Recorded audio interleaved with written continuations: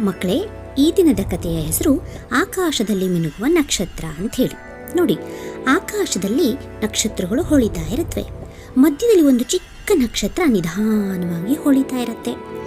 ನಾನು ಚಿಕ್ಕವನು, ನಾನು ಹೊಳೆಯದೇ ಇರೋದು ಅಂತ ಅದಕ್ಕೆ ಅನ್ನಿಸ್ತಾ ಇರತ್ತೆ. ಅದಕ್ಕೆ ಎಲ್ಲ ನಕ್ಷತ್ರಗಳು ಹೊಳಿತಾ ಇದ್ರೂ ಕೂಡ ಅದು ತನ್ನ ಬೆಳಕನ್ನು ಏನು ಮಾಡ್ತಾ ಇರತ್ತೆ, ಮುಚ್ಚಿಟ್ಕೊಳ್ತಾ ಇರತ್ತೆ. ಅದೇ ಸಮಯಕ್ಕೆ ಭೂಮಿ ಮೇಲೆ ಕತ್ತಲೆಯ ಮಾರ್ಗದಲ್ಲಿ ಮೀರಾ ಅಂತ ಒಂದು ಹುಡುಗಿ ತನ್ನ ತಾಯಿ ಜೊತೆ ನಡ್ಕೊಂಡು ಬರ್ತಾ ಇರ್ತಾಳೆ.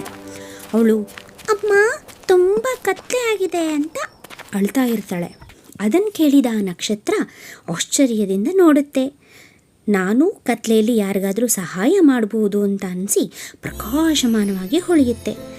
ಆಗ ಮೀರಾ, ಅಮ್ಮ ನೋಡಿ, ಆ ಚಿಕ್ಕ ನಕ್ಷತ್ರ ಹೊಳಿತಾ ಇದೆ. ಇದನ್ನು ಕೇಳಿದ ನಕ್ಷತ್ರ ಚಿಕ್ಕವರಾದರೂ ದೊಡ್ಡ ಸಹಾಯ ಮಾಡಬಹುದು ಅಂತ ಹೇಳುತ್ತೆ.